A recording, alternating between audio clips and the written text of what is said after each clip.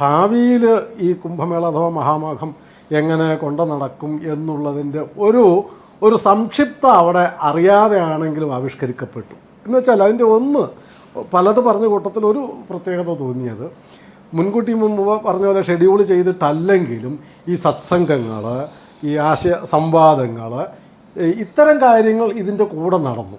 അപ്പോൾ വാസ്തവത്തിൽ ഇത് ഇങ്ങനെ വന്നു കുളിച്ചു പ്രാർത്ഥിച്ചു പോവുക എന്നുള്ളതല്ല, അതിനപ്പുറത്തേക്ക് പിന്നെ ഈ ആശയ സംവാദങ്ങളും നമ്മുടെ ദാർശനികമായ കാര്യങ്ങളും സനാതനധർമ്മത്തെ സംബന്ധിച്ച കാര്യങ്ങളുടെ ഒക്കെ ഒരു ആവിഷ്കരണം, ഒരു ചർച്ചയും ഒക്കെ അവിടെ നടന്നിട്ടുണ്ട്. ഞാനും അപ്പുറത്ത് അവിടെ തവനൂരിലെ ആ ഭാഗത്ത് പോയപ്പം യാദൃശ്യമായി ചെന്നപ്പോൾ അവിടുത്തെ ആശ്രമത്തിലെ അമ്മയുണ്ടായിരുന്നു. 2 വാക്ക് പറഞ്ഞപ്പോൾ ഞാൻ അന്നേരം ആലോചിച്ചു, ഈ അവിടെ സെമിനാറൊക്കെ അടക്കം നടക്കുന്നുണ്ടായിരുന്നു. അപ്പോൾ സത്യത്തിൽ ഇത്തരം മേളകൾ വെറും ആഘോഷം മാത്രമല്ല, ഈ ആശയം അഥവാ ദാർശനികമായ നമ്മുടെ ഭാരതീയമായ ദർശനങ്ങളെ സംബന്ധിച്ച്, സനാതനധർമ്മത്തിൻ്റെ മൂലതത്വങ്ങളെ സംബന്ധിച്ച് ഒക്കെ ഉള്ളതിൻ്റെ ഒരു പൂർവ്വരൂപം എന്നുവെച്ചാൽ ഇപ്പോഴത്തെ നിലയിൽ പുതിയതായിട്ട് തുടങ്ങുമ്പോൾ അതിൻ്റെ ഒരു പൂർവ്വരൂപം അവിടെ ഉണ്ടായി വന്നു എന്നാണ് എനിക്ക് തോന്നിയത്. ഇനി അങ്ങോട്ട് വരും വർഷങ്ങളിൽ നമ്മൾ നടത്തുമ്പോൾ അതിൻ്റെ ഒരു സ്ട്രക്ചർ എന്തെങ്കിലും ആലോചിച്ചിട്ടുണ്ടോ ഈ ആശയപരമായ? അത് മാത്രമല്ല, അന്ന് ഈ കേരളീയ ശാസ്ത്ര പാരമ്പര്യത്തിൻ്റെ അതുവരെ അവിടെ ഉണ്ടായിരുന്നു. അതെ, അതാണ് ഗണിതശാസ്ത്ര പാരമ്പര്യം, കേരള സ്കൂൾ ഓഫ് മാത്തമാറ്റിക്സ്. ഞാനിപ്പോൾ അങ്ങ് പറയുന്നതിൻ്റെ കൂടെ, അതായത് നമ്മൾ ചെറിയ ഇതായിട്ട് ഇതൊന്നും ഭാവിയിൽ ഉണ്ടാവണം എന്ന് നമ്മുടെ സങ്കല്പം ഉണ്ടെങ്കിലും ഇത്തവണ അതൊന്നും പ്ലാൻ ചെയ്യാതിരുന്നിട്ട് ഒരു 4 ദിവസം മുമ്പ് ജ്യോതിഷ മണ്ഡലത്തിൻ്റെ ആളുകൾ വിളിക്കുകയാണ്. ജ്യോതിശാസ്ത്രത്തെ സംബന്ധിച്ചിട്ടുള്ള ഒരു വിചാര സദസ്സ്. അപ്പോൾ ആയിക്കോട്ടെ, 4 ദിവസം കൊണ്ട് കേരളത്തിലെ പ്രധാനപ്പെട്ട ജ്യോതിഷ പണ്ഡിതരൊക്കെ എത്തി അതിൻ്റെ ചർച്ചയായി. വടക്കേ മഠത്തിൽ നിന്ന് വൈദികമായിട്ടുള്ള വിചാരം ചെയ്യാൻ വേണ്ടി വന്നു.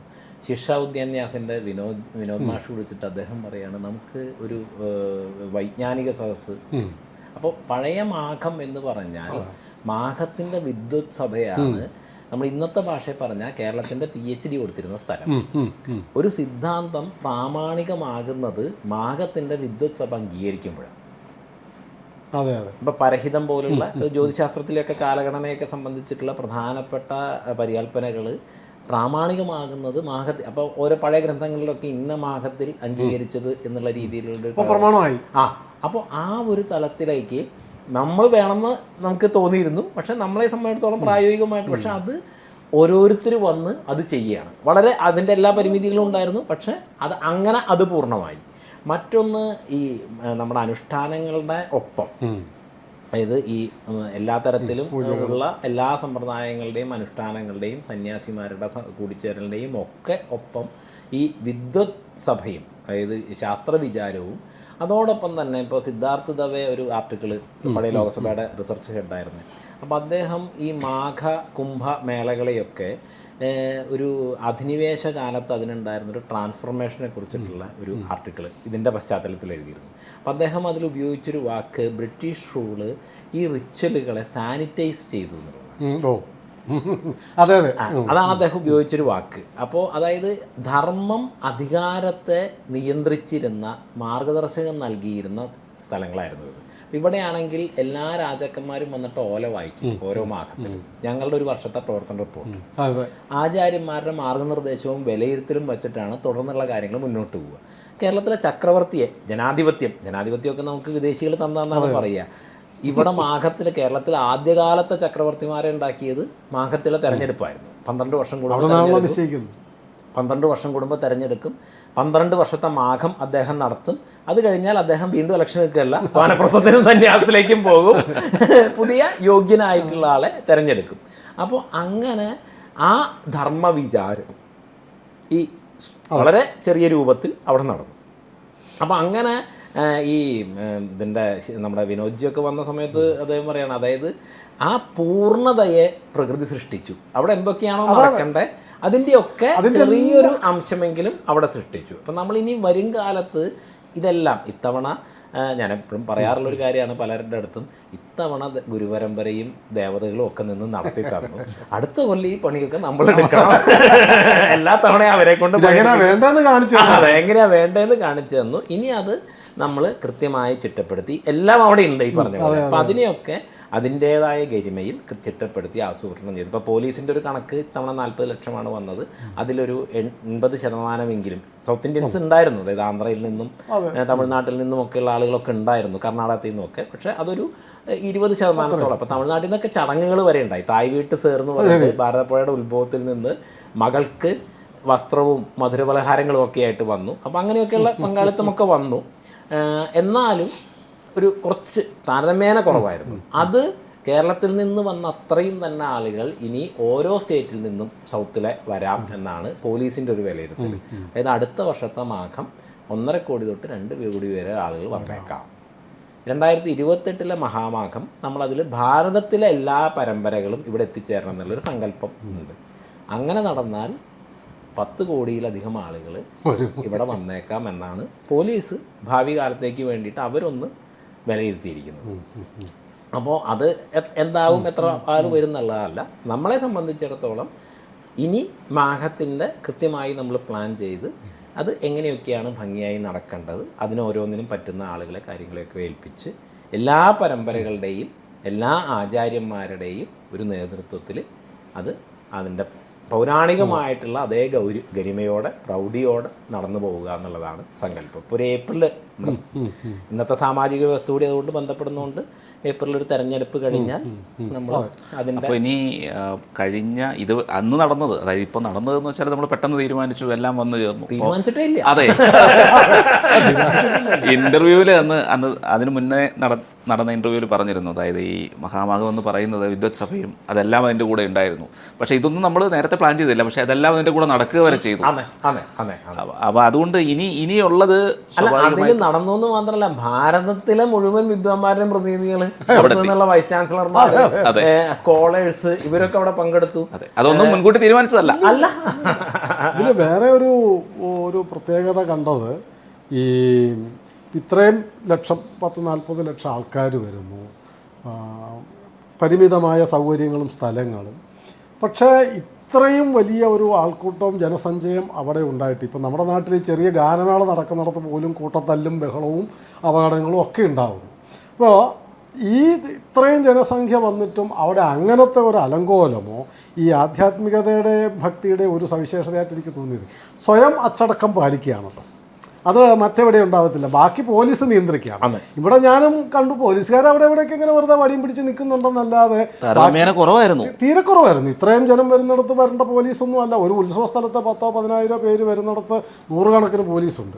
ഇവിടെ ചില കാക്കിക്കാരെ കണ്ടാലായി ഇതിലാ പോകണ്ടേന്നൊക്കെ പറയാൻ വേണ്ടിയിട്ട് നിൽക്കുന്നു. അത്ര ജനസംഖ്യ വന്നിട്ടും ഈ അച്ചടക്ക ലംഘനമില്ലാതെ, പിന്നെ ഈ പറഞ്ഞ സ്വാമിജി മുമ്പേ സൂചിപ്പിച്ചില്ലേ, ഈ ശുചീകരണം, സത്യത്തിൽ അതിൻ്റെ പിറ്റേ ദിവസത്തെ വീഡിയോ കണ്ടപ്പോഴേ ആരും അതിശയിച്ച്, ഇന്നലെ വരെ ഈ ഇത്രയും ലക്ഷം ആൾക്കാർ വന്നു പോയ സ്ഥലമാണോ ഇവരൊറ്റ ദിവസം കൊണ്ട് സേവാഭാരതി ഇതിങ്ങനെ ആക്കിയത് എന്ന് കണ്ടെന്നാൽ അതിശയം തോന്നുന്ന തരത്തിലുള്ള ശുചിത്വവും വെടിപ്പും, അത് ഒരു അത്ഭുതകരമായ കാര്യമായിട്ട് നാട്ടുകാർക്കും തോന്നിയിട്ടുണ്ടാകും സ്വാഭാവികമായിട്ടും. അപ്പം അത് ഈ ആധ്യാത്മികതയുടെയും ഈ ശരിയായ ഭക്തിയുടെയും ഒരു അതങ്ങനെ തന്നെ തുടർന്നു പോന്നാൽ സത്യത്തിൽ സമൂഹത്തിൽ ഇന്ന് ഈ പാരിസ്ഥിതിക പ്രശ്നങ്ങളെ സംബന്ധിച്ചും വെല്ലുവിളികൾ, ഭീഷണികൾ എന്നൊക്കെ പറയുന്നുണ്ടല്ലോ, ഇതിനെയൊക്കെ അതിജീവിക്കാൻ ഈ ഒരു മാനസികാവസ്ഥ സാമാന്യ ജനത്തിൽ വന്നാൽ തന്നെ പരിവർത്തനം സംഭവിക്കുമല്ലോ സ്വാഭാവികമായിട്ടും പരിസ്ഥിതി പ്രശ്നങ്ങളെ സംബന്ധിച്ചും. അപ്പോൾ ആ നിലയിലും ഈ മഹാമാഘം ഒരു വലിയ മെസ്സേജ് അല്ലേ തന്നിരിക്കുന്നത്? തീർച്ചയായിട്ടും അതിലെ ഏറ്റവും പ്രധാനപ്പെട്ട കാര്യം ഇതാണ്. കാരണം നമ്മൾ എന്തിനാണ് തീർത്ഥപൂജ എന്ന് പറയുന്നൊരു സങ്കല്പം ഉള്ളത് എന്ന് പറഞ്ഞാൽ, ആ തീർത്ഥത്തിലെ ദേവതയാണ് നമ്മുടെ ഉള്ളിൽ പ്രാണനായിട്ടിരിക്കുന്നത്. ആ തീർത്ഥം ശുദ്ധമാണെങ്കിൽ നമ്മുടെ ഉള്ളിലെ പ്രാണനും ശുദ്ധമായിരിക്കുന്നുള്ളതാണ്. അതിലേക്ക് നമുക്കൊരു മാർഗദർശകം നൽകുകയാണ്. ആ ഇതിനെ എപ്പോഴും, ഇപ്പം ഞാൻ നേരത്തെ ശബരിമലയുടെ കാര്യമൊക്കെ സൂചിപ്പിച്ചതാണ്, അത് ആസ്തികരായിട്ടുള്ള ആളുകൾ, ഈ ധർമ്മത്തിൻ്റെ പേരിലുള്ള ആളുകളാണ് നടത്തണമെന്നുണ്ടെങ്കിൽ അത് ശുദ്ധമായിരിക്കും. സത്യം. അതല്ലാത്ത അധികാരികൾ വരുമ്പോഴാണ് ഇതെല്ലാം മലിനമാകുന്നത്. അതിൽ പങ്കെടുക്കുന്ന ആളുകളുടെ മനസ്സടക്കം മലിനമാകുന്നത്. അപ്പോൾ അവിടെ പോലീസ് പങ്കുവച്ചൊരു കാര്യം ഉണ്ടായിരുന്നു. ഇന്ന് ഒരു പള്ളിപ്പെരുന്നാളായിക്കോട്ടെ അല്ലെങ്കിൽ അങ്ങനെയുള്ള കൂടിച്ചേരലായിക്കോട്ടെ, അതിൽ വരുന്ന ആളുകളെയാണ് പോലീസിന് കൺട്രോൾ ചെയ്യാൻ ഏറ്റവും ബുദ്ധിമുട്ട്. സമരത്തിന് വരുന്ന ആളുകളെ പിന്നെയും കൺട്രോൾ ചെയ്യാം. പക്ഷേ ഇങ്ങനെ ഒരു മതപരമായിട്ടുള്ള ആഘോഷങ്ങൾക്ക്, ഉത്സവങ്ങൾക്കും ഒക്കെ വരുന്ന ആളുകൾ, കാരണം അവർ വേറെ എന്തൊക്കെയോ കാര്യങ്ങൾ കൊണ്ട് വന്നു ചേരുന്ന ഒരു ആൾക്കൂട്ടമായിട്ടത് മാറുകയാണ്. അതിൻ്റെ പ്രധാന കാരണം അതിൻ്റെ അധികാരം അത് നിയന്ത്രിക്കുന്നത് ഈ ആസ്തികരല്ല, അല്ലെങ്കിൽ ധർമാചാര്യന്മാരല്ല എന്നുള്ളതാണ്. അപ്പോൾ അങ്ങനെ വരുമ്പോൾ ഈ ധർമാചാര്യന്മാർ നിയന്ത്രിക്കുന്ന അല്ലെങ്കിൽ നേതൃത്വം നൽകുന്ന ഒരു ആധ്യാത്മിക പ്രോഗ്രാം വരുമ്പോൾ അവിടെ ഉള്ളിൽ ധാർമ്മികത ഉണരുകയാണ്. ഇപ്പോൾ പോലീസ് പറയുന്നതാണ്, നമ്മൾ കാര്യം പറഞ്ഞാൽ മതി, അവർക്ക് മനസ്സിലാവും, അവർ സഹകരിക്കാൻ തയ്യാറാണ്. ആ ഒരു സംഗതി അവിടെ ഉണ്ടായി. അതൊരു പ്രധാനപ്പെട്ട ഒരു ഘടകമാണ്. പിന്നെ ഈ വൃത്തിയുടെ കാര്യം പറയുമ്പോൾ ഇതിന് മുമ്പുണ്ടായിരുന്ന ആ മണപ്പുറമുണ്ട്. നമ്മൾ പുല്ല് മാറ്റി വൃത്തിയാക്കുമ്പോൾ അവിടെ നിന്ന് കിട്ടിയത് മുഴുവൻ ലഹരി ഉപയോഗിക്കുന്നതിൻ്റെ അവശിഷ്ടങ്ങളാണ്.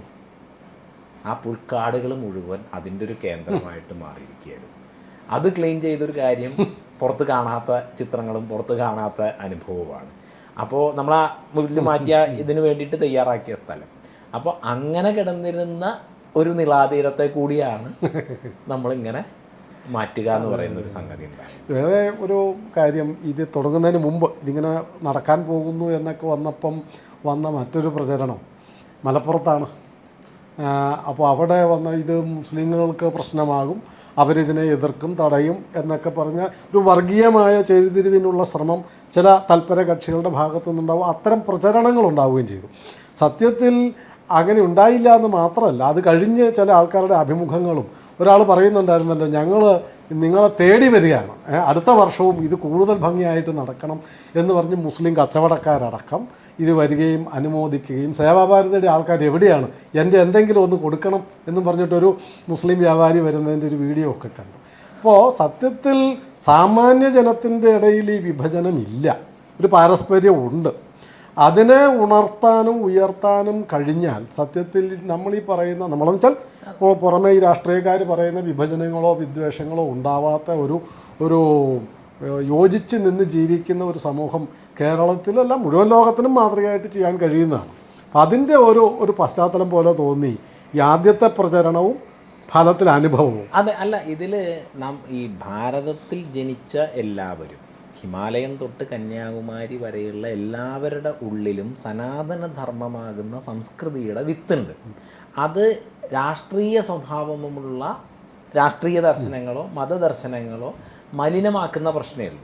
അപ്പോൾ അയോധ്യയും കാശിയും മധുരയും ഹൈന്ദവ സമാജത്തിന് എത്രമാത്രം മൂല്യവത്താണെന്ന് തിരിച്ചറിഞ്ഞ് ആ മുഗൾ ഭരണത്തിന് ശേഷം സ്വാതന്ത്ര്യ കാലഘട്ടത്തിൽ ഇത് ഹൈന്ദവ സമാജത്തെ ഏൽപ്പിക്കാൻ അവിടങ്ങളിലുള്ള മുസ്ലിം ജനവിഭാഗം തയ്യാറായിരുന്നു. അതെ അതെ, അതിലേക്ക് ഇതിനെ കുളം കലക്കി മീൻ പിടിക്കാനുള്ള രാഷ്ട്രീയ ആളുകൾ രംഗപ്രവേശം ചെയ്തപ്പോഴാണ് ഇത് മുഴുവൻ സാമുദായിക പ്രശ്നമായി മാറിയത്. ഇവിടെയും മലപ്പുറത്താണെങ്കിലും പഴയ കാലത്ത് ടിപ്പു സുൽത്താൻ്റെ കാലത്തോ അല്ലെങ്കിൽ ഹിന്ദു കൂട്ടക്കൊല നടന്നിരുന്ന ആ ഒരു സമയത്തോ മതം മാറ്റപ്പെട്ട ആളുകളാണ് അവിടെ ഇന്ന് കാണുന്ന ബഹുഭൂരിപക്ഷം പേരും. അപ്പം അതിൻ്റെ ഒരു ആഘാതം അവരുടെ ഓർമ്മയിലില്ലെങ്കിൽ പോലും അവരുടെ ജീനുകളിലുണ്ട്, ആ സംസ്കൃതിയുടെ ബീജവുമുണ്ട്. അപ്പം അവിടെ ഈ മേള നഗരിക്ക് അകത്ത് അവരുടെ ആചാരപരമായ വസ്ത്രം, അതായത് മറ്റേ തട്ടമൊക്കെ ഇട്ടിട്ടുള്ള വസ്ത്രം ധരിച്ചിട്ടുള്ള മുസ്ലിം സ്ത്രീകൾ ചായയും ഭക്ഷണമൊക്കെ വിൽപ്പന നടത്തിയിരുന്നു. അവരൊരു പരസ്യം പോലെ മൊഞ്ചുള്ള ചായ കുടിക്കാന്നാണ് പറഞ്ഞിരുന്നത്. നമ്മുടെ മേള നഗരിയുടെ അകത്ത് ഒരു ടേബിളൊക്കെ ഇട്ടിട്ടുള്ള രീതിയിൽ വന്നിരുന്നിരുന്നു. പുറത്താണെങ്കിൽ ഈ പറഞ്ഞ പോലെ നമ്മുടെ ക്ലീനിങ്ങിൻ്റെ ഒപ്പം കൂടുന്ന, അതിന് വെള്ളം കൊണ്ടു കൊടുക്കുന്ന, സേവാഭാരതിക്കാർക്ക് വെള്ളം കൊണ്ടു കൊടുക്കുന്ന ആളുകൾ, അങ്ങനെയൊക്കെ അവർ എല്ലാവരും ഒത്തുചേർന്ന് പ്രവർത്തിക്കുന്ന ഒരു സാഹചര്യമുണ്ട്. അപ്പോൾ ഇതിൽ ഈ ധർമ്മം ഭാരതത്തിലുള്ള എല്ലാവരുടെ ഉള്ളിലും, അതിൽ ഏതെങ്കിലും തരത്തിലുള്ള രാഷ്ട്രീയമായ മാലിന്യങ്ങൾ ചേരുമ്പോഴാണ് അത് ഈ സാധാരണക്കാരെ നിഷ്കളങ്കരെയൊക്കെ തെറ്റിദ്ധരിപ്പിക്കാൻ വളരെ എളുപ്പമാണ്. സത്യത്തിൽ ഈ മലപ്പുറം, ഈ തൃശ്ശൂർ സാംസ്കാരിക തലസ്ഥാനം എന്നൊക്കെ ഒരു തരത്തിൽ പറയാൻ ശരിയോ, എന്തായാലും അങ്ങനെ ഒരു പ്രയോഗമുണ്ടല്ലോ. അതുപോലെ സത്യത്തിൽ കേരളത്തിൻ്റെ ആധ്യാത്മിക തലസ്ഥാനം മലപ്പുറമാണ്. ഭാരതപ്പുഴയുടെ നദീതടം നമ്മൾ, അതായത് ഇന്നത്തെ മലപ്പുറം എന്ന് പറയുന്ന പഴയ വള്ളുവനാടാണ് നമ്മുടെ എല്ലാ സംസ്കൃതിയുടെയും ഒരു നട്ടല്, ജനിച്ചതും വളർന്നതും. അതെ അതെ, മാത്രമല്ല പിന്നെ തുഞ്ചത്താചാര്യന്റെ നാടെവിടെയാണ്? തുഞ്ചത്ത്, എടക്കളത്തൂർ പട്ടതിരി, എല്ലാവരും ആധുനിക കാലത്ത് വന്നു കഴിഞ്ഞാൽ അക്കിത്തം, സി രാധാകൃഷ്ണൻജി, അങ്ങനെയുള്ള എഴുത്തുകാരുടെ ഒരു ഇത്. പിന്നെ എല്ലാ ദിവസവും യാഗം നടന്ന പാഞ്ഞാള്, കേരളത്തിൻ്റെ തന്ത പാരമ്പര്യം എന്ന് പറയുന്ന മലവാരം, പഞ്ചവാദ്യമുണ്ടായ തിരുവില്ലാമല, മറ്റ് മേളങ്ങളുടെ പല്ലാവൂര്, കഥകളി ഉണ്ടായ വെള്ളിനേഴി, ഇങ്ങനെ അത് ഒരു സാംസ്കാരിക തലസ്ഥാനം തന്നെയാണ്. കൂടല്ലൂർ കളരി കേരളത്തിന്റെ നളന്തയായിരുന്നു. 18 ശാസ്ത്രവും അഭ്യസിപ്പിച്ചിരുന്ന സ്ഥലമായിരുന്നു അത് കൂടല്ലൂർ കളരി. അപ്പം അങ്ങനെ അറിവായിക്കോട്ടെ, പിന്നെ വൈദ്യമോ എൻജിനീയറിങ്ങോ അല്ലെങ്കിൽ മറ്റുള്ള കാര്യങ്ങളായിക്കോട്ടെ, കലയായിക്കോട്ടെ, അനുഷ്ഠാനമായിക്കോട്ടെ, പറയിപ്പറ്റ പന്തിരകുലം മുഴുവൻ ജനിച്ചതും വളർന്നതും അവിടെയാണ്. അത്തരം ഒരു അതൊക്കെ ശരിക്കും അതിനെ ഉണർത്തിയാൽ ഏത് ജാതിയിലോ മതത്തിലോ ഒക്കെ ഉള്ളവരാണേലും അവരുടെ ഉള്ളിൽ ഇപ്പോൾ സ്വാമിജി പറഞ്ഞാൽ ഈ ധാർമ്മികതയുടെ ആ വിത്തിനെ ഒന്നും നട്ട് ഉണർത്തിയാൽ സത്യത്തിൽ സനാതനധർമ്മത്തിൻ്റെ ഒരു ശക്തി തന്നെ അഥവാ അതിൻ്റെ പ്രകടീകരണവും ആവിഷ്കരണവും സ്വാഭാവികമായിട്ടുണ്ടാവും.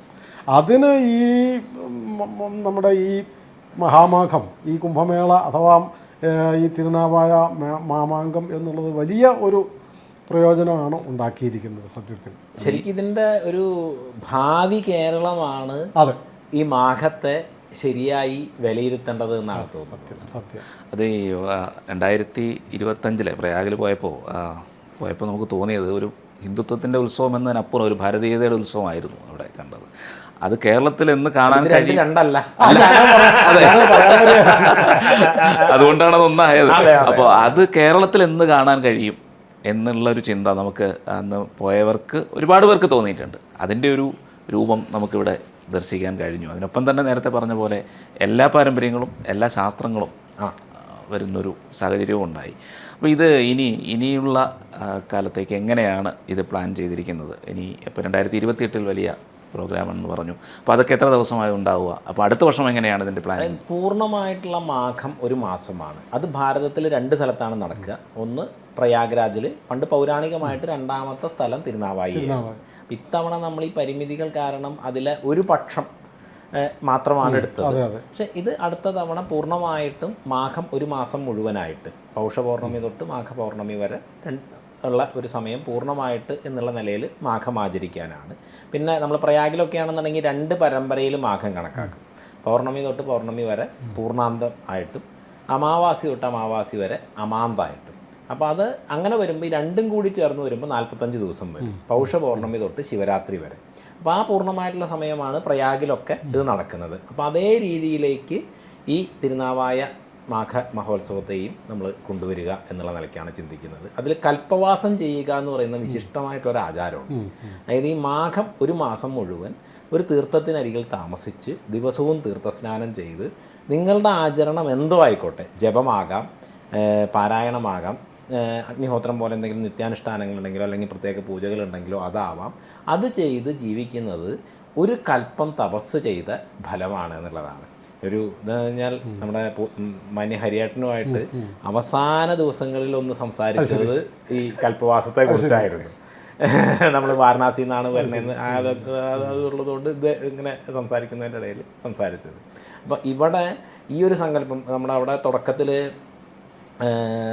പഴയൊരു സംഘത്തിൻ്റെ പ്രചാരകനായിരുന്ന അദ്ദേഹം അവിടെ വന്നു. അനന്തേട്ടൻ എന്നാണ് വിളിക്കുന്നത്, മലപ്പുറത്ത് പ്രചാരകൻ.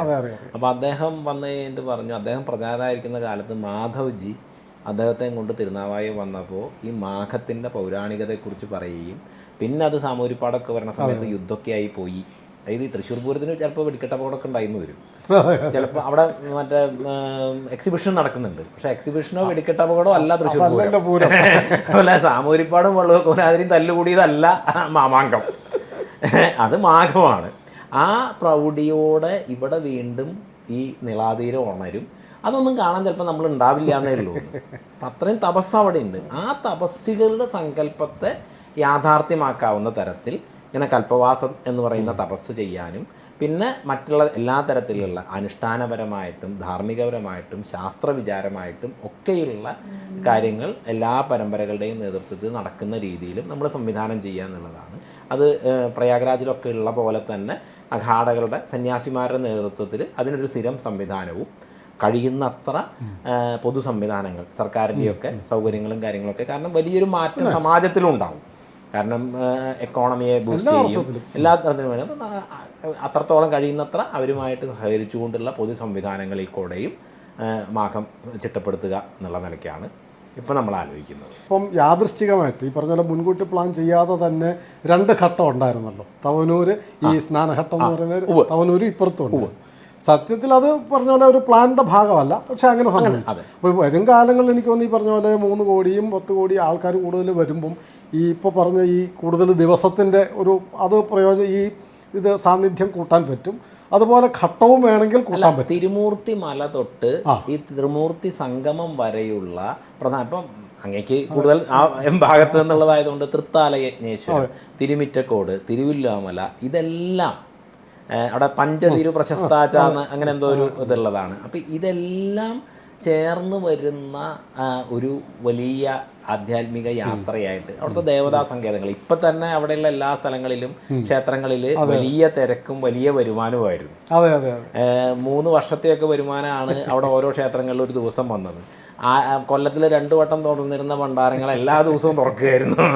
അപ്പോൾ അവിടെ ആലത്തിയൂർ, തിരുമിറ്റക്കോട് തുടങ്ങിയിട്ടുള്ള സ്ഥലങ്ങളിലൊക്കെ എല്ലാ തൃപ്പങ്ങോട് ഒക്കെ ധാരാളം ഭക്തരെത്തി.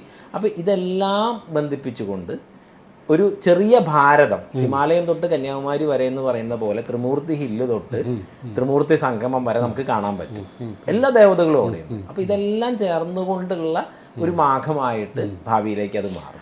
ഈ രണ്ട് കരകൾ എന്നുള്ളത് നിരവധി കരകളായിട്ട് ഞാൻ അതാ പറയുന്നത്. ഈ സ്നാനഘട്ടങ്ങൾ തന്നെ പലതാകുമ്പോൾ ഈ തിക്കും തിരക്കും കാരണം ഇത് വർദ്ധിക്കത്തേ ഉള്ളൂ. സ്വാഭാവികമായിട്ട് സ്നാനഘട്ടങ്ങളും വർദ്ധിച്ചു വരും തീർച്ചയായിട്ടും. അപ്പോൾ ഈ അതിലെ വളരെ രസകരം എന്ന് പറഞ്ഞാൽ ഒരു ആനന്ദപ്രദം, ഒരു സുഖം എന്നുള്ളതിനപ്പുറം ഈ കാശിയിലെ ആരതി കണ്ടവർ ധാരാളമുണ്ട്, ഗംഗാ ആരതി. അത് കാണുമ്പോൾ ഉണ്ടാകുന്ന ഒരു ആനന്ദവും ആത്മവിശ്വാസവും ആവേശവും ഒക്കെ ഉണ്ടല്ലോ. അത് ആദ്യം സത്യത്തിൽ ഇവിടെ ഉണ്ടാകുമെന്ന് പ്രതീക്ഷിച്ചില്ല. കറിബടി പറഞ്ഞാൽ ഇങ്ങനെ തൊട്ട് തുടങ്ങി വരുന്നല്ലേ ഉള്ളൂ. പക്ഷേ അവർ വന്ന് ഈ പറഞ്ഞതുപോലെ അതേ രീതിയിൽ തന്നെ അതിൻ്റെ ആരതി നടത്തുന്നത് കണ്ടപ്പം വാസ്തവത്തിൽ എത്രയോ കാലമായി നടന്നു വരുന്ന ഒരു രീതിയാണെന്ന് തോന്നിപ്പോയി. അല്ല, അവരും ആ ഫീല് പങ്കുവച്ചു. അതായത് കാശിയിലെ പണ്ഡിറ്റുകൾ നമ്മളോട് മാത്രമല്ല മാധ്യമങ്ങളോടും പറഞ്ഞു, അതായത് ഗംഗാതീരത്ത് എങ്ങനെ ആരതി നടത്തുന്നു അതേ അനുഭൂതിയാണ് ഇവിടെ നമുക്ക് കിട്ടുന്നത്. ആ ഗംഗാമാതാവിൻ്റെ സാന്നിധ്യം നമുക്ക് അറിയാൻ പറ്റണു എന്ന് പറഞ്ഞു. സത്യമാണ്, അതൊരു വലിയ അനുഭൂതി തന്നെയാണ്. അവിടെ വരുന്ന ആളുകളിൽ അത് ഈ നേരത്തെ നമ്മൾ വീണ്ടും ആദ്യം പറഞ്ഞ ഈശ്വര ഇതിലേക്ക് തന്നെയാണ് വരുന്നത്. ഒരു ഡോക്ടർ കോലടിയിൽ നിന്ന് നമ്മളെ ബന്ധപ്പെട്ട പരിചയമുള്ള രാവിലെ 11 മണിക്ക് അവർ വന്നു. പോയാൽ തിരിച്ചു വരാൻ പറ്റുമെന്നുള്ള തിരക്കായതുകൊണ്ട് അവിടെ നിന്ന് അവർ മാറുന്നില്ല. ആ വെയിൽ മുഴുവൻ കൊണ്ടു, വെള്ളം കുടിക്കാനില്ല, ഭക്ഷണമില്ല. രാത്രി എല്ലാം കഴിഞ്ഞൊരു 9 മണിയായിട്ടാണ് പോകുന്നത്. ഒരു ക്ഷീണവും അനുഭവപ്പെടുന്നില്ല. അമൃതാനന്ദമയി മഠത്തിൽ നിന്ന് വന്ന 1-2 ബ്രഹ്മചാരിമാർ പറഞ്ഞതാണ്, അവർ തിരിച്ചു പോയിട്ട് പിറ്റേ ദിവസം വീണ്ടും വരിക, അവിടെ നിന്ന് വീണ്ടും അങ്ങോട്ട് വരണം എന്ന് തോന്നുക. അപ്പം അങ്ങനെയൊക്കെയുള്ള ഒരു അനുഭൂതി, ഒരു ഇതിൻ്റെ മണ്ഡലം അവിടെ ഒരു വലിയ ഇത് തന്നെയായിരുന്നു. കാരണം എന്താണോ കാശിയിൽ നമ്മൾ അവിടെ പോയിട്ടുള്ളവർക്ക് അറിയാമല്ലോ, ഈ അനുഭൂതിയുടെ ഒരു ആഴവും ഒരു വലിപ്പവും അതങ്ങനെ തന്നെ തിരുനാവായിൽ ഒരു വെച്ചുകെട്ടാണെന്ന് തോന്നാത്ത മറ്റുള്ള ഒരു അനുഭവം. ഇത് ആചാര്യന്മാരെ സംബന്ധിച്ചിടത്തോളം ഇതൊക്കെ അറിയാമെന്നുള്ളത് കൊണ്ട് ഇപ്പോൾ അമൃതാനന്ദമയി അമ്മ പഴയ കാലത്ത്, പിന്നെ തിരക്ക് കൂടി വന്നപ്പോൾ സാധ്യമല്ലാണ്ടായി, മലബാറിലേക്കുള്ള എല്ലാ യാത്രകളിലും മുഴുവൻ ആളുകളെയും ഇവിടെ ഇറക്കി കുളിപ്പിക്കുമായിരുന്നു. അത് ശരി. ഇവിടെയും തമിഴ്നാട്ടിൽ ഭവാനിയുടെ അവിടെയും. അപ്പോൾ ഭവാനിയിൽ അവിടെ താമസിക്കുന്ന നിലയ്ക്ക് ഒരു പ്രസാദവും വയ്ക്കും, കഞ്ഞി. അതെപ്പോഴും മഠത്തിലുണ്ട്, ഭവാനി കഞ്ഞി എന്ന് പറഞ്ഞിട്ട് ചെറുപയറും നെയ്യും ഒക്കെ കൂടി ഒരുമിച്ച് വെച്ചിട്ടുള്ള ഒരു ഇതിൽ. അപ്പം അങ്ങനെ ആ ഒരു ഗുരുപരമ്പരയുടെ സങ്കല്പം ഇവിടെ ഇങ്ങനെ തുടർന്നു പോകുന്നുണ്ട്. ഒരു പുതിയതായി വെച്ച് കെട്ടിയതുപോലെ ഒന്നും ഒരു ഫീലിങ്ങും തോന്നാത്ത മട്ടിലായിരുന്നു. ഇങ്ങനെ പരമ്പരയായിട്ട് ഈ 2 നൂറ്റാണ്ടിലേറെയുള്ള ഗ്യാപ്പ് ഉണ്ടെങ്കിൽ പോലും എന്താണ് മാമാങ്കം എന്നുള്ളത് സത്യത്തിൽ ജനങ്ങൾ, മറ്റത് നമ്മൾ ആ യേശുദാസിൻ്റെ പാട്ട് മാത്രം കേട്ട് ഇതാണ് മാമാങ്കം എന്ന് ഞാൻ തവനൂരിലെ പരിപാടിയിൽ പങ്കെടുത്തപ്പോഴേ അല്പം സംസാരിച്ചെന്ന് പറഞ്ഞല്ലോ. അപ്പോൾ അത് കഴിഞ്ഞ ഉടനെ മൈക്കുകാരൻ ഇതൊന്നും അറിയത്തില്ലല്ലോ, അവൻ ഉടനെ മറ്റേ പാട്ട് വെച്ചു. ഉടനെ അമ്മ പറഞ്ഞു, നിർത്തത്, ഇത് മുഴുവൻ നീ കേട്ടില്ലേ. അപ്പോൾ എപ്പോഴും ആൾക്കാരുടെ മനസ്സിലുണ്ടായിരുന്ന ഒരു ഭാവന തന്നെ നേരെ ഉൾട്ടയായി. യഥാർത്ഥത്തിലുള്ള മാമാങ്കം എന്താണെന്നും അതിൻ്റെ ആഴവും പരപ്പും അതില്ല. ഇപ്പോൾ ബുദ്ധിജീവികളുടെ ശ്രമം ഇതല്ല മാമാങ്കം എന്ന് സ്ഥാപിക്കാനാണ്. ഇവർ പറയുന്ന ഇപ്പോൾ 2-3 കാര്യങ്ങളിൽ അവരൊരു തീരുമാനത്തിലെത്തിയിട്ടുണ്ട്. ഒന്ന്, കുംഭമേള ഉത്തര ഭാരതത്തിലെ തീർത്ഥസ്നാനങ്ങളിലെ വളരെ വിശേഷപ്പെട്ട ഒരു ചടങ്ങാണ്. അതവർ സമ്മതിച്ചു. രണ്ടാമത് കേരളത്തിൽ കേരളീയമായിട്ടുള്ള പാരമ്പര്യത്തെ പുനരുജ്ജീവിപ്പിക്കുകയാണ് വേണ്ടത്. അതും അവർ സമ്മതിച്ചു. ഇത് രണ്ടും അവർ സമ്മതിച്ചാൽ നമുക്ക് പിന്നെ കേസില്ല. അല്ല, ഇത് പറഞ്ഞപ്പോൾ ഒരു ചോദ്യമുള്ളത്, അതായത് ഇതുവരെ നമ്മൾ ഇതിൻ്റെ പോസിറ്റീവിനെ കുറിച്ച് പറഞ്ഞു, പക്ഷേ ഇതുമായി ബന്ധപ്പെട്ട് ഉയർന്ന ഒരുപാട് കാര്യങ്ങൾ നേരത്തെ സുരേന്ദ്രൻജി പറഞ്ഞിരുന്നു. ഒപ്പം തന്നെ മാധ്യമങ്ങളിൽ വന്ന ഇൻ്റർവ്യൂവിൽ അങ്ങയോട് ഉയർത്തിയ ചോദ്യങ്ങൾ ഒരുപാട്, കാര്യം കേരളത്തിൽ ഇങ്ങനെയൊന്നും നടക്കുമോ എന്നൊക്കെയുള്ള ഇടയ്ക്കൊരു മീഡിയയിലെ ചർച്ച, ഇടതുപക്ഷം ഇരിക്കുമ്പോൾ ഇങ്ങനെ ഒരു കാര്യം ഇവിടെ നടക്കുന്നത് എങ്ങനെ ശരിയാവും, ഇതെന്തുകൊണ്ട് ഇവരത് അനുവദിച്ചു എന്നൊക്കെ പറഞ്ഞിട്ടുള്ള ചർച്ചകൾ, ഇതൊക്കെ കേട്ടിട്ടുണ്ടാവുമല്ലോ. ചിലപ്പോൾ എനിക്ക് തോന്നുന്ന ആരെങ്കിലുമൊക്കെ സംസാരിച്ചിട്ടും ഉണ്ടാവും. എന്ത് തോന്നുന്നു അതിനെക്കുറിച്ച്? അല്ല, ഇതിൽ സ്വാഭാവികമായിട്ടും കേരളത്തിൽ ഈ സംസ്കൃതിയെ അടിച്ചമർത്താൻ വേണ്ടിയിട്ട്, അല്ലെങ്കിൽ കേരളത്തിൽ നിന്ന് ഇതിപ്പോൾ നമ്മൾ എവിടെയാണെങ്കിലും വേരിനെ ആക്രമിച്ചാൽ മതി എന്ന് പറയും. അപ്പോൾ അങ്ങനെ ഈ ഭാരതത്തിൻ്റെ വേര് എന്ന് പറയുന്നത് ഒരർത്ഥത്തിൽ ദക്ഷിണമാണ്. കാരണം ഇവിടെ നിന്നുള്ള ആചാര്യന്മാരാണ്. അങ്ങ് നേരത്തെ പറഞ്ഞു, കാരണം ഉത്തരേന്ത്യ ഞങ്ങൾ സൗത്ത് ഇന്ത്യയിൽ നിന്ന് ഇറക്കുമതി ചെയ്തതാണ്. ഒന്ന് ശങ്കരാചാര്യരെ കുറിച്ച് പറഞ്ഞിട്ടില്ല, മാധവാചാര്യരെ കുറിച്ച് പറഞ്ഞിട്ടില്ല, രാമാനുജാചാര്യരെ കുറിച്ച് പറഞ്ഞിട്ടില്ല. അങ്ങനെ ഏത് ആചാര്യന്മാരാണെങ്കിലും പിന്നെ ലോകത്തിന് വഴികാട്ടിയ അനുഗ്രഹം അതിപ്പോൾ ആ രീതിയിൽ പ്രചരിച്ചിട്ടുണ്ടോ എന്ന് നോക്കണ്ട. അത് അയ്യാസ്വാമികൾ, ചട്ടമ്പി സ്വാമികൾ, ശ്രീനാരായണ ഗുരുദേവൻ, ശുഭാനന്ദ ഗുരുദേവൻ, സദാനന്ദ അങ്ങനെ വാഗ്ഭടാചാര്യർ, അങ്ങനെ എണ്ണമറ്റ തപസ്വികൾ, ഇവരുടെയൊക്കെ സന്ദേശം എന്ന് പറയുന്നത് ഭാരതത്തിന് മാത്രമല്ല ലോകത്തിന് മുഴുവനുള്ള സന്ദേശമാണ്. ഇപ്പോൾ അമ്മയും അത് ആധുനിക കാലത്ത് എന്ന് പറയുന്നത് ഇവിടെ നടക്കുന്ന എല്ലാ തരത്തിലുള്ള പ്രവർത്തനങ്ങളിലേക്കും എത്തുന്ന സാധനം. അപ്പോൾ അങ്ങനെ വരുന്ന ഒരു ഇപ്പം ഒരു കാലത്ത് ഹിമാലയം ഭരിച്ചിരുന്ന മുഴുവൻ മലയാളികളായിരുന്നു. തപോവന സ്വാമികൾ, പുരുഷോത്തമൻ സ്വാമികൾ, ശിവാനന്ദ സ്വാമികൾ, ഇവർ 3 പേരാണ് ഹിമാലയം ഭരിച്ചിരുന്നത്. അപ്പോൾ ഇങ്ങനെ അവിടുത്തെ സന്യാസിമാർക്ക് ആ ഒരു ബുദ്ധിമുട്ടുണ്ടായിരുന്നില്ല കേട്ടോ. ഹിമാലയം കയ്യിലിരുത്ത് വച്ചിരിക്കുന്നതെന്ന്. പിന്നെ കാശികാനന്ദഗിരി സ്വാമിജി, അത് എനിക്ക് മുമ്പ് നിരഞ്ജനി അഖാഡയിൽ നിന്ന് മഹാമണ്ഡലേശ്വരായിട്ടുണ്ടായിരുന്നു. അദ്ദേഹത്തെ ഏറ്റവും വലിയ വിദ്വാനായിട്ടാണ് മാനിച്ചിരുന്നത്. അദ്ദേഹത്തിൽ നിന്ന് മന്ത്രദീക്ഷ സ്വീകരിക്കാനുള്ള ഒരു വലിയ ഒരു പുണ്യവും ഭാഗ്യവും നമുക്കുണ്ടായി. അപ്പോൾ അങ്ങനെ വരുന്ന ഒരു സ്ഥലത്ത് ഈ ധർമ്മത്തെ ക്ഷയിപ്പിച്ചാൽ, ഇല്ലാതാക്കിയാൽ, ഇപ്പോൾ നമുക്കറിയാം പരമേശ്വർജിയൊക്കെ അത് വളരെ ഇതിനായിട്ട് ഖണ്ഡിച്ചൊരു കാര്യമാണ്. ഈ മലയാറ്റൂർ കുന്നിൽ സെൻറ് തോമസും മറ്റുള്ള കാര്യങ്ങളും ഒന്നും ഇല്ല എന്നുള്ളത്. കാരണം അവിടെ ശങ്കര ജന്മഭൂമി എന്നുള്ള ഒരു ഇതിനെ കളയാൻ വേണ്ടിയിട്ട് വന്നൊരു കാര്യമാണ്. കന്യാകുമാരിയിൽ അത് കന്യകാമേരി എന്ന് പറയുന്ന ഒരു ഇതൊക്കെ ഇട്ടിട്ട് വിവേകാനന്ദ പാറയുടെ മുമ്പിൽ കുരിശൊക്കെ കൊണ്ടുവച്ച് ഉള്ള ഒരു സംഗതി ഉണ്ടാക്കി. ഇവിടെ ചേരമാൻ പെരുമാൾ, കേരളത്തിലെ അവസാനത്തെ ചക്രവർത്തി, അദ്ദേഹം കൈലാസാരോഹണം ചെയ്തു. അതായത് ഏറ്റവും വലിയ ശിവഭക്തനായിരുന്നു, നായനാർ പദവി നേടി കൈലാസാരോഹണം ചെയ്തു. അദ്ദേഹം മതം മാറി മുസ്ലിമായി മക്കത്ത് പോയി എന്ന് പറയുന്ന നരേറ്റീവ് നമ്മുടെ റിച്വലുകളിൽ പോലും ഉൾപ്പെടുത്താൻ, അതായത് തെയ്യത്തിൻ്റെയൊക്കെ ആചാരങ്ങളിൽ പോലും അതിനെ കൊണ്ടുവരാൻ വേണ്ടിയിട്ടുള്ള പരിശ്രമം നടത്തി. അപ്പോൾ അവിടെ കിഴക്കേ ജമാഅത്ത് പള്ളിയിൽ നിന്നാണ് ഇന്ന് കൊടുങ്ങല്ലൂരെ പള്ളിയുടെ രേഖകളുടെ മുഴുവൻ പേര്. പക്ഷെ അവരത് പ്രചരിപ്പിക്കാൻ ശ്രമിക്കുന്നത് ചേരമാൻ പള്ളി ഔദ്യോഗിക രേഖകളിലേക്ക് കൂടി അത് വന്നു. തിരുനാവായയിലാണെങ്കിൽ എല്ലാ ചരിത്ര സ്മാരകങ്ങളും ആർക്കിയോളജിക്കൽ ഡിപ്പാർട്ട്മെൻറ്റ് തന്നെ വളച്ചൊടിച്ചും തിരിച്ചു വെച്ചിരിക്കുകയാണ്. അതായത് തളി ക്ഷേത്രത്തിനെ നിലപാട് തറയാക്കി. അതായത് തിരുനാവായ മണപ്പുറത്ത് നടക്കുന്ന മാമാങ്കം കാണാൻ സമൂരിപ്പാട് ഏതാണ്ട് 1.5 കിലോമീറ്റർ ദൂരെ പോയി നിൽക്കണം. എന്താളുടെ കണ്ണിൻ്റെ ഒരു ശക്തി. പിന്നെ അവിടെ എലക്കളത്തൂർ ഭട്ടതിരി വാനനിരീക്ഷണം നടത്തിയിരുന്ന കിണർ, ആ കിണർ മാമാങ്കത്തിൽ മരിച്ച ആളുകളെ ചവിട്ടി താഴ്ത്തിയിരുന്ന കിണറെന്നാണ്. കാരണം അവിടെ തുവൂർ കിണറുണ്ട്. അപ്പോൾ ഒരേ സംസ്കാരമാണ് ഹൈന്ദവർക്കും ഉണ്ടായിരുന്നതെന്ന് പറയാൻ വേണ്ടിയിട്ടാണ്. അപ്പൊ ഇങ്ങനെ മുനിയറകളെ മരുന്നറയാക്കി മാറ്റി. ശിലായുഗ സംസ്കൃതിയുടെ അവശേഷിപ്പാണ് കല്ലൊക്കെ വെട്ടിയുണ്ടാക്കിയ സന്യാസിമാർ താമസിച്ചിരുന്ന മുനിയറകൾ. അപ്പോൾ ഇങ്ങനെയുള്ള വലിയ വളച്ചൊടിക്കലുകൾ എനിക്ക് തോന്നുന്നില്ല കേരളത്തിൽ നടന്നിരിക്കുന്ന പോലെ ഭാരതത്തിൻ്റെ വേറെ ഏതെങ്കിലും. അവിടെ നേരിട്ട് പൊളിച്ച് കളയുക, തകർത്ത് കളയുക എന്നുള്ളത് ഉണ്ടായിരുന്നു. പക്ഷേ ഈ നരേറ്റീവുകളെ മാറ്റുക എന്ന് പറയുന്ന ഒരു കാര്യം ഉണ്ടായിരുന്നില്ല. അപ്പോൾ അങ്ങനെയുള്ള ഒരു വലിയ കാര്യം. ഇപ്പോൾ ഞാൻ പല ഇൻ്റർവ്യൂകളിലും ഇടയ്ക്ക് സംഭാഷണമാണ്, ഈ ജാതീയമായി വിദ്യ നിഷേധിച്ചു. ഏത് ജാതിയിലെ വിദ്യ നിഷേധിച്ചാൽ? ഇന്ന് കാണുന്ന എഞ്ചിനീയറിങ്ങും വൈദ്യവും ഏറ്റവും കൂടുതൽ അതാണല്ലോ. ഇത് മുഴുവൻ ഇവിടെ നമ്മൾ അങ്ങ് നേരത്തെ പറഞ്ഞ പോലെ താഴ്ന്ന വിഭാഗം എന്ന് ഇന്ന് പറയപ്പെടുന്ന ആളുകളിലായിരുന്നു. മണ്ണന്മാരും വേലന്മാരുമാണ് വൈദ്യം മുഴുവൻ കൈകാര്യം ചെയ്തിരുന്നത്.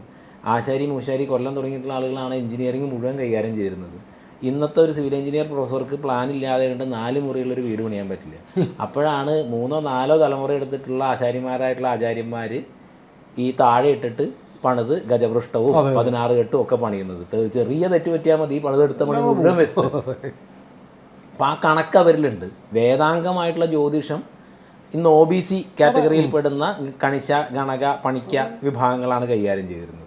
മലബാറിൽ നടത്തുന്ന മറുത്ത് കളി, അതും ഈ പിന്നെ ഇന്ന് അവരൊരു സംസ്കൃത ശ്ലോകത്തിൽ 3 ദിവസം തർക്കിക്കും. പഴയ കാലത്ത് എന്തായിരിക്കും ഇപ്പോഴും അതൊരു വലിയ സംഭവം. അല്ല, ഇന്ന് 3 ദിവസം തർക്കിക്കും. അപ്പോൾ അങ്ങനെയുള്ള ഈ അറിവൊക്കെ അവർക്ക് അവരിലേക്ക് എങ്ങനെ എത്തി? എല്ലാം വേദമാ. എല്ലാം വേദമാണ്. ഇനി ശുഭാനന്ദ ഗുരുദേവൻ ഇവിടെ നമ്മുടെ ചെറുകോല് ശുഭാനന്ദാശ്രമത്തിലെ ഗുരുദേവന്റെ കീർത്തനങ്ങൾ, അത് ഗുരുദേവനിൽ ഉദയം ചെയ്യുന്ന കീർത്തനങ്ങളാണ്. ശുദ്ധ വേദാന്ത സാരമാണ് വളരെ ലളിതമായിട്ടുള്ള നാടൻ പാട്ടുകളായിട്ട് വരുന്നത്. സാധാരണക്കാരൻ പാടുകയാണ്. ഇത് ശുദ്ധ വേദാന്ത സാരമാണ്. അദ്ദേഹം സ്ഥാപിച്ച ആശ്രമത്തിന്റെ പേര് തന്നെ മതി, ആത്മബോധോദയ സംഘം. ആത്മബോധത്തെയാണ് ഉണർത്തുന്നത്, അല്ലാണ്ട് എന്തെങ്കിലും ചപ്പേവർ കാര്യങ്ങൾ അല്ല. പ്രണവമാണ് അതിൻ്റെ ഇതായിട്ട് അദ്ദേഹം വയ്ക്കുന്നത്. അപ്പം പ്രണവം ഇവിടെയുള്ള എല്ലാ സംസ്കൃതിയും ഒരുപോലെ.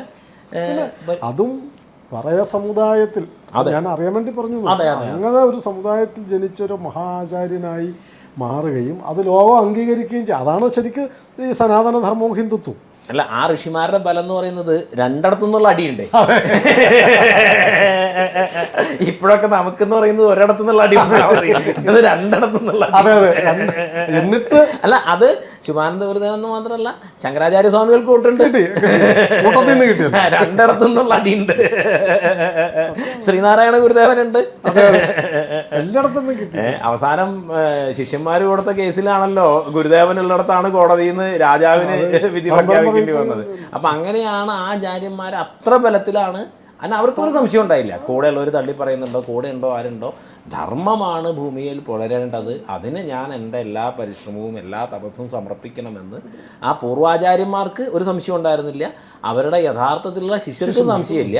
ശിഷ്യരാണെന്ന് പറഞ്ഞ് വേറെ എന്തെങ്കിലുമൊക്കെ നേടാൻ നടക്കുന്ന ആളുകൾക്ക് മാത്രമേ ഈ കാര്യത്തിലൊക്കെ സംശയം കുഴപ്പമുള്ളൂ.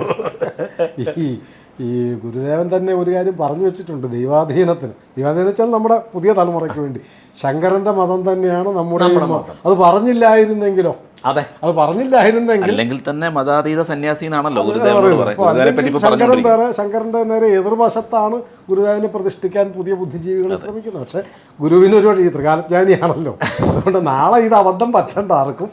എൻ്റെ മതം മാത്രമല്ല, ശിവഗിരി പണിത് ശങ്കരാചാര്യർ പ്രതിഷ്ഠിച്ച അതേ ശാരദാദേവിയെ പ്രതിഷ്ഠിച്ചു. അവസാനത്തെ പ്രതിഷ്ഠയും ഗുരുദേവന്റെ അവസാനത്തെ പ്രതിഷ്ഠ പ്രണവമാണ്. പ്രണവ പ്രതിഷ്ഠയാണ്. അല്ല, എല്ലാം ഹൈന്ദവമായിട്ടുള്ള അല്ലെങ്കിൽ തന്ത്ര, അതായത് ഗുരുദേവന്റെ ഒരു പ്രത്യേകത വേദാന്തത്തിലും തന്ത്രത്തിലും ഒക്കെ അതീവ നിഷ്ഠയുള്ള ഒരു ഇതായിരുന്നു എന്നുള്ളതാണ്. ഈ വേറൊന്ന് തോന്നിയത്, ഈ ഞങ്ങളുടെ നാട്ടിലൊക്കെ, എൻ്റെ നാട് കോട്ടയത്താണ്, അപ്പം അവിടെയൊക്കെ ഈ വലിയ സംഭവം നടക്കുമ്പോൾ ഈ മൈക്ക് അനൗൺസ്മെൻ്റ് ഉണ്ടാവുമല്ലോ, വലിയ സമ്മേളനം അല്ലെ ആഘോഷം, ഉത്സവം. അപ്പോൾ ആ ഈ അനൗൺസ്മെൻറ്റിൽ പറഞ്ഞു വരുന്നവിടെ മഹാമഹം എന്നിങ്ങനെ പറയും. സത്യത്തിൽ അത് ഈ മഹാമാഘം വലിയ മേള എന്നുള്ള വാക്കിൽ ആ യൂസേജ് വരുന്നത് ഈ അനുഭവത്തിൽ പഴയ ലോകം കണ്ട ഏറ്റവും വലിയ പരിപാടി ഇതാണ്. അപ്പൊ അത് പറഞ്ഞു വന്നതാണ് ഈ മഹാമഹം എന്നുള്ള വാക്ക്. എത്ര കാലമായിട്ട് ഉപയോഗിക്കും, പക്ഷെ അറിയില്ല ഇതിൽ നിന്നാ വന്നത്. അപ്പോൾ അതൊരു വലിയ മഹാമഹം എന്നുള്ളത് തന്നെ ഈ ഒരു യൂസേജ് സത്യത്തിൽ തനത് കേരളത്തിൻ്റെ ഒരു പുതിയ ആവിഷ്കാരം എന്നുവെച്ചാൽ പുനരുജ്ജീവനം എന്ന് വേണമെങ്കിൽ പറയാം. കാരണം ഇത് പണ്ടില്ലാത്തതല്ലല്ലോ, അല്ല, പുനരുജ്ജീവിക്കുകയാണ്. പുനരുജ്ജീവനമാണ്. പുനരുജ്ജീവനം ഈ എപ്പോഴാണ് നല്ല വിത്ത്, കേടില്ലാതെ കിടക്കുന്ന വിത്ത് സന്ദർഭം വരുമ്പം പൊട്ടിമുളച്ച് അതിങ്ങനെ പടരും എന്ന് പറയുന്നത് പോലെ അതെ സത്യത്തിൽ ഈ ഒരു ഇതെല്ലാം യാദൃശ്ചികം. ഇപ്പോൾ ഒരു കൊല്ലം മുൻപ് ആരെങ്കിലും വിചാരിച്ചിരുന്നോ കേരളത്തിൽ ഇങ്ങനെ ഒരു സംഭവം നടക്കാൻ പോകും? ഒരു മാസം മുമ്പ് കൊല്ലൊക്കെ ഒരു മാസം മുമ്പ് പോലും വിചാരിച്ചിട്ടില്ല. സനാതനധർമ്മത്തിന് ഇത്രയും വലിയൊരു സ്വീകാര്യത ആഗോളതലത്തിൽ തന്നെ, ദേശീയ തലത്തിലും ആഗോളതലത്തിലും ഉണ്ടാകുന്നു. അപ്പോൾ അതിൻ്റെ ഒരു ആഗോളതലത്തിലെ സ്വീകാര്യത, ദേശീയ തലത്തിലെ സ്വീകാര്യത, അത് അങ്ങനെ തന്നെ കേരളവും ഇതിൽ നിന്ന് അന്യമല്ല. പരമേശ്വർജി ഇടയ്ക്ക് പറയുന്ന അതിൽ പരമേശ്വരൻ അവസാനം നരേന്ദ്രമോദിജിയുടെ മൻ കി ബാത്തിൻ്റെ അവസാനത്ത് അദ്ദേഹം പറയുന്നത് നദി വ്യത്യസ്തമായിരിക്കാം, നദീതടം വ്യത്യസ്തമായിരിക്കാം, ഒരേ സംസ്കൃതി ഒഴുകുന്നു എന്നുള്ളത് അതൊരു വലിയ പ്രയോഗമായിരുന്നു.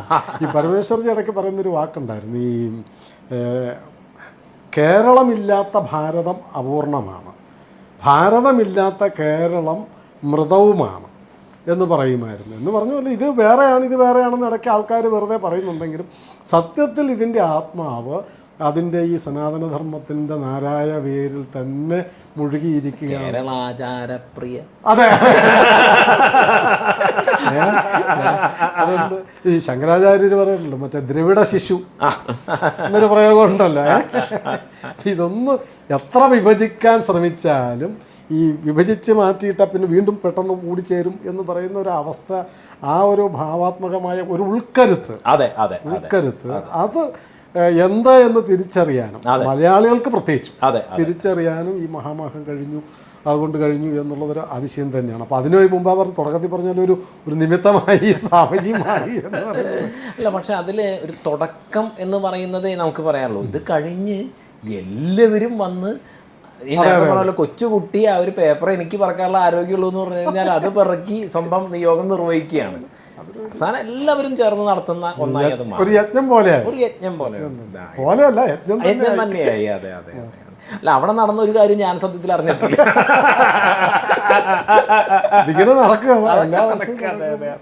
ഈ പറഞ്ഞതുപോലെ ഒരു പ്രീ പ്ലാൻഡ് അല്ലെങ്കിൽ ഒരു കൃത്യമായ ഡിസൈൻ ചെയ്തിട്ടല്ല ഈ മഹാമാഘം നടന്നതെങ്കിലും സത്യത്തിൽ അതിൽ വരേണ്ട എല്ലാ കാര്യങ്ങളും വന്നു ഭവിച്ചു. എല്ലാ തരങ്ങളിലും പെട്ട കാര്യങ്ങൾ അതിലെല്ലാം വന്നു. ഈ വിദ്വത് സദസ്സ് വന്നു, ആത്മീയ സത്സംഗങ്ങൾ നടന്നു, വ്യാപാര സംബന്ധിയാണ് സാമ്പത്തിക ദൃഷ്ടിയിൽ, അതേ ശുചീകരണം, ആരോഗ്യം എല്ലാം സംഭവിച്ചു. അപ്പോൾ ഏതായാലും ഇനി മുന്നോട്ട് പോകുമ്പോൾ മുമ്പേ സ്വാമിജി തന്നെ പറഞ്ഞ പോലെ ഇതെല്ലാം ഗുരുക്കന്മാർ കാണിച്ചു തന്നു, അനുഗ്രഹിക്കുകയും ചെയ്തു. അപ്പോൾ ഇനി വരും വർഷങ്ങളിൽ നമ്മൾ തന്നെ വേണമല്ലോ നടത്താൻ. അങ്ങനെ നടത്തുമ്പം ഇതിനെ കുറച്ചുകൂടെ ക്രമീകരിച്ചും വ്യവസ്ഥാപിതമായിട്ടും നിശ്ചിത വിഷയങ്ങൾ, അതിൽ പറയുന്ന പോലെ നമ്മുടെ അടിസ്ഥാന വിഷയങ്ങൾ, ഈ ദാർശനികമായ ഭാരതീയ സനാതനധർമ്മത്തിൻ്റെ മൂലതത്വങ്ങൾ, ഈ വ്യത്യസ്ത വിഭാഗങ്ങളിൽപ്പെട്ട ആശയങ്ങൾ, ഇതെല്ലാം ചർച്ച ചെയ്യുകയും അപ്പോൾ അതിനെ ആ നിലയിൽ ഓരോ കാലം കഴിയും തോറും ഈ വിശാല ഭാരതത്തിൻ്റെ സമഗ്രമായ സാംസ്കാരിക, ആധ്യാത്മിക, ദാർശനിക തലങ്ങളെ സ്പർശിച്ചും ആഴത്തിലും, വെറുതെ സ്പർശിക്കൽ മാത്രമല്ല ആഴത്തിലും കൊണ്ടുപോകുന്ന തരത്തിൽ തന്നെയല്ലേ ഇനി അങ്ങോട്ട് ഈ മഹാമാഘ ആഘോഷം. നമ്മളതിൽ പ്രധാനമായിട്ടും ചിന്തിക്കുന്ന ഒരു കാര്യം, നവയോഗികളാണ് നാവാമുകുന്ദനെ പ്രതിഷ്ഠിച്ചത്. നവയോഗികളുടെ ഏറ്റവും വലിയ ഒരു പ്രസിദ്ധി നവയോഗി സംവാദമാണ്. ആ സംവാദത്തിൽ ഇന്ന് നമ്മളോട് ഹിന്ദുവിനോട് പറയേണ്ട ഏറ്റവും വലിയ കാര്യമാണ് പറയണത്, സുഖം ഉണ്ടാവാൻ എന്ത് ചെയ്യണം എന്നാണ് രാജർഷിയുടെ ആദ്യത്തെ ചോദ്യം. ധൈര്യം ഉണ്ടാവണം എന്നാണ്. അമ്പലത്തിൽ പോകണമെന്നോ നാമം ചോദിക്കണമെന്നോ അല്ല, ധൈര്യം ഉണ്ടാവണം എന്നാണ് ആദ്യമായിട്ട് തന്നെ പറയുന്നത്. പക്ഷെ ആ നവയോഗി സംവാദം എന്ന് പറയുന്ന ഒരാശയത്തിൽ നമ്മുടെ ഈ 18 വിദ്യകളെയും കേന്ദ്രീകരിച്ചുകൊണ്ട് ആ ഒരു 9 രീതിയിലുള്ള വിപുലമായ സംവാദം, ആ സംവാദം നമ്മൾ മനസ്സിലുള്ളൊരു ചിന്ത അത് കൂടുതൽ വിപുലമാകാം പല ആളുകളൊക്കെ ചിന്തിക്കുമ്പോൾ. പക്ഷേ ചിന്ത എന്ന് പറയുന്നത് നമ്മളൊരു ഉത്തരം കണ്ടെത്തുകയല്ല, പലതരത്തിൽ സമാജത്തിൽ ഈ വിഷയങ്ങളിലുള്ള ചിന്തകളെ പങ്കുവെച്ച് അവർക്ക് ഓരോരുത്തർക്കും അവരുടേതായിട്ടുള്ളൊരു ക്ലാരിറ്റിയിലേക്ക് എത്താകുന്ന ഒരു ചർച്ചകൾ നടന്ന് ആ ചർച്ചകൾ ഒരു ഡോക്യുമെൻ്റായിട്ട് ഓരോ മാഘത്തിൽ നിന്നും പുറത്തു വരിക. അപ്പം നമ്മുടെ സാംസ്കാരികപരമായിട്ട്, ധാർമ്മികപരമായിട്ട്, അനുഷ്ഠാനപരമായിട്ട് ഒരുപാട് സംശയങ്ങൾ, ഒരുപാട് അഭിപ്രായ വ്യത്യാസങ്ങൾ, തർക്കങ്ങൾ ഒക്കെ ഉണ്ട്. ഇപ്പോൾ പരമ്പരാഭേദം അനുസരിച്ചിട്ടൊക്കെ എല്ലാ കാര്യങ്ങളും ഒരേപോലെ ശരിയാണ്. ഇപ്പം നമ്മൾ മാഘത്തിൽ ഒരുപാട് കാര്യങ്ങൾ ചെയ്തു, നമ്മളുടെ ആ സമയത്തുള്ള കാര്യങ്ങളൊക്കെ ചെയ്തു, അതിനെ മോശം രീതിയിൽ വിമർശിക്കുന്നവരുമുണ്ട്, അവരുടെ പരമ്പരാനിഷ്ഠമായിട്ട് വിമർശിക്കുന്നവരും. അത് നമ്മൾ ആ രീതിയിൽ തന്നെ മാനിക്കുന്നു. അപ്പോൾ അത്തരത്തിലുള്ള കാര്യങ്ങളെയൊക്കെ നമ്മൾ ചേർത്ത് വെച്ചുകൊണ്ട് അവരവർക്ക് അവരവരുടേതായിട്ടുള്ള ക്ലാരിറ്റിയിൽ എത്താവുന്ന തരത്തിലുള്ള ജ്ഞാന സദസ്സുകൾ ഇതിൻ്റെ ഭാഗമായിട്ട് നടക്കണം. 2, സാമാജികമായിട്ട് ഇപ്പോൾ ശ്രീനാരായണ ഗുരുദേവൻ ശിവഗിരി തീർത്ഥാടനത്തിന് മുന്നോട്ട് വെച്ച മാർഗ്ഗദർശനം, ഇന്നിപ്പോൾ അത് അന്ന് പ്രസംഗങ്ങളാണ് പറഞ്ഞ് ഇന്നത്തെ കാലത്ത് അതല്ല അതിൻ്റെ ഒരു വഴി.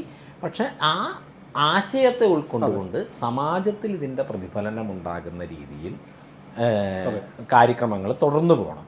2, ഭാരതപ്പുഴ അതിൻ്റെ ശുദ്ധിയോടുകൂടിയും ശക്തിയോടുകൂടിയും പുനരുജ്ജീവിപ്പിക്കപ്പെടണം. അതിൻ്റെ തീരത്തുള്ള സംസ്കൃതിയും അതേ കരുത്തോടുകൂടി ഈ കേരളത്തിൽ പുനഃസ്ഥാപിക്കപ്പെടണം. ഇതാണ് നമ്മുടെ മനസ്സിലുള്ളൊരു സങ്കല്പം. അതങ്ങനെ തന്നെ സംഭവിക്കട്ടെ എന്ന് പ്രാർത്ഥിക്കാം. സ്വാഭാവികമായിട്ടും ഉണ്ടാകും എന്നുള്ളതിൻ്റെ തെളിവാണ് ഇപ്പോൾ കണ്ടുവന്നത്.